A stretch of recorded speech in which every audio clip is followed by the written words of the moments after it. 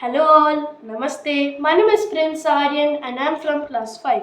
Today friends, in this video I have a surprise for you. Today I have my grandfather with me who is a professor in English. So this is the first time my grandfather is coming to one of my video of my YouTube channel.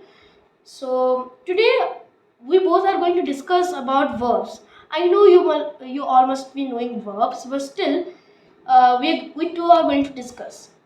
Meanwhile, we are also going to explain you about that, so your concept will be also clear.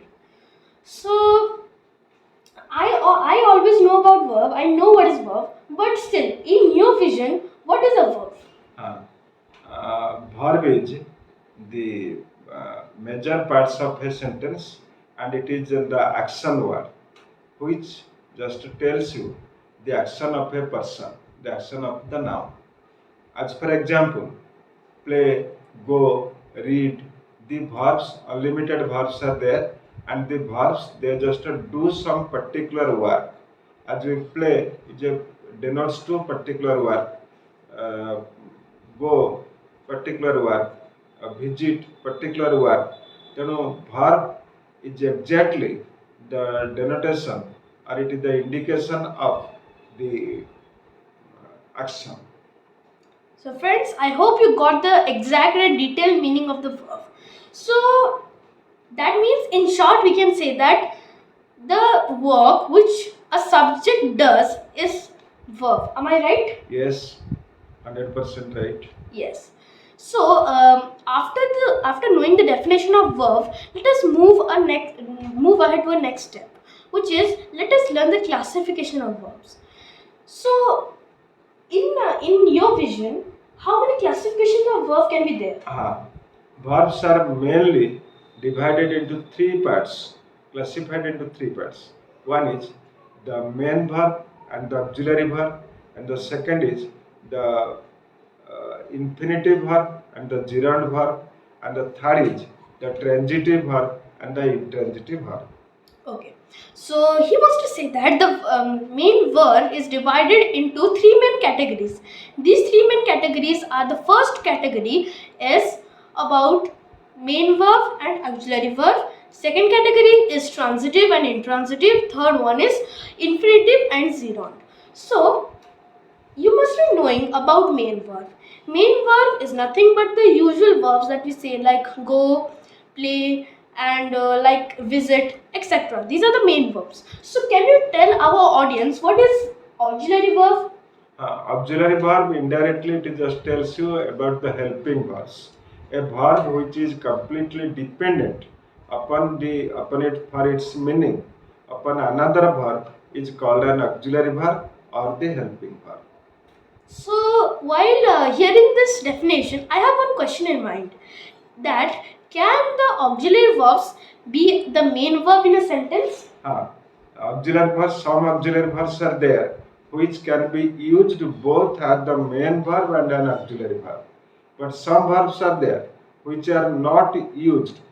Some auxiliary verbs are there which are not used as the main verb, but they are always used as the auxiliary verb. So the verb which are used both as the main verb and the auxiliary verb is called the primary auxiliary, and the verb which is used only an auxiliary verb is called the modal auxiliary. Yes. So he wants to say that the auxiliary verbs, some of the verbs can be used as the main verbs and some cannot. So he wants to say that these auxiliary verbs can be also classified to two main groups, which is primary auxiliary and the second one is modal auxiliaries. So can you give me some examples of primary auxiliaries? Uh, of course, we have just the 24 auxiliary verbs, and out of the 24, all the 24 auxiliary verbs I am telling: is, am, are, was, were, has, have, had, do, does, did, shall, will, should, would, may, might, can, could, must, need, dare, used to, and ought to. So these verbs, these 24 verbs are called the auxiliary verbs and the helping verbs. And all the auxiliary verbs are again divided into two parts. One is called the primary auxiliary, another is called the modal auxiliary. And out of the 24 auxiliary verbs, the first 11 verbs like the is, are, was, were, has, have, had, do, does, did. These 11 verbs are called the primary auxiliary verbs. But the rest 13 verbs like shall, will, should, would, can, could, may, might, must, need, dare, used to, and ought to. These 13 verbs are called the modal auxiliary. Clear? Yes.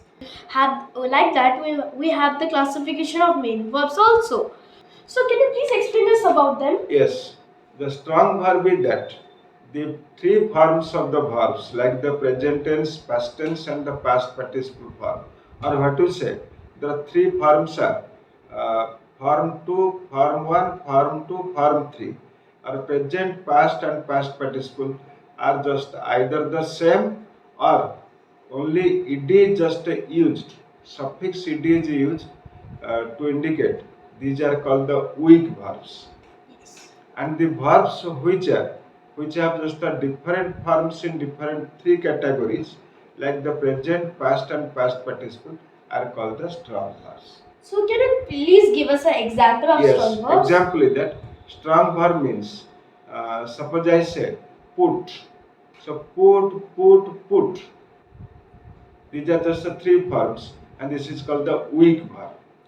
But the strong verb is that, suppose you say take, took, taken. This is called the three forms are different from each other, and that is called the strong verb. So in the definition you have said us that the weak verbs, they are means either all the three are same or Only yes. or only ed is used. Yes. So can you give us an example where ed or Yes. something like this? Suppose I say laugh. This will be just converted to laugh, laughed, laughed, and this is a weak verb. Object and intransitive verb which has no object but it continues. Yes. So for example, I will say one transitive verb. So for example, I eat vegetables. I eat vegetables. So here our object is vegetable. Now how will know the object? The object or the words which use to ask the question whom or what are known as the objects. So I eat what? I eat vegetables. So vegetables are the object over here. So but if I will say I eat, does this make any meaning? Means I eat what? It is an incomplete sentence, but when we use the object vegetable, it makes a meaning. Now let us take an example of intransitive. So can you give us an example of intransitive? Intransitive example you have already given. Example is I eat. And whenever I eat, this sentence is just told. It refers to a suspensive one because what I eat is not mentioned. Yes. So this was the example of intransitive verb. So do they have any classifications? No. Transitive and intransitive verb itself is a classification. It has no other classification. Okay. So that means we have completed our second category. Now let's go to our next category, which is the infinitive and gerund verb. Well, don't be confused by hearing the names of these both. We both are going to explain you about that. So what do you mean by infinitive verb? Yes, infinitive verb means a verb which has a prefix of to is called infinitive verb, but a verb which has a suffix of ing is called the gerund verb. Yes. So I know many of the children who don't know the meaning of prefix and suffix, they would be confused. So can you just explain them about that? Yes, I have to visit this place. Here, before the word visit, the two word is there, and this two word is called a prefix because it is a prefix. It is fixed before that. Okay. Means pre means before and fix means to fix something. So prefix means fixed before. Am I right? Yes, and a suffix means which is just a fixed after. After. So as my grandfather has given the example of infinitive verb, can you just give us an example of gerund verb? Yes, gerund verb means it has just a suffix of ing. So that's why let us give an example. Smoking is very harmful for body, and here the verb smoke has the suffix of ing with it and becomes the subject of it, and that's why this is called the Gerund verb. gerund verb. Okay, so we've got that. We have means in the conclusion, I would like to say that the verb which has the prefix of to are known as infinitive, and which have the suffix of ing or the ing verbs are known as gerund verbs. Am I right? Yes, you are 100% right.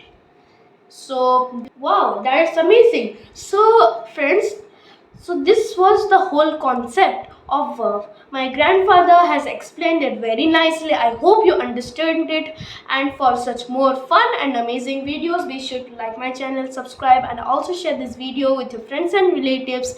And at the last, I just wanted to thank my grandfather for coming to our channel and to say something about verbs to our audience. So thank you so much, grandfather. Thank you. So friends, I will meet you in the next video. Till then, tune in my channel. Bye all, see you in the next video.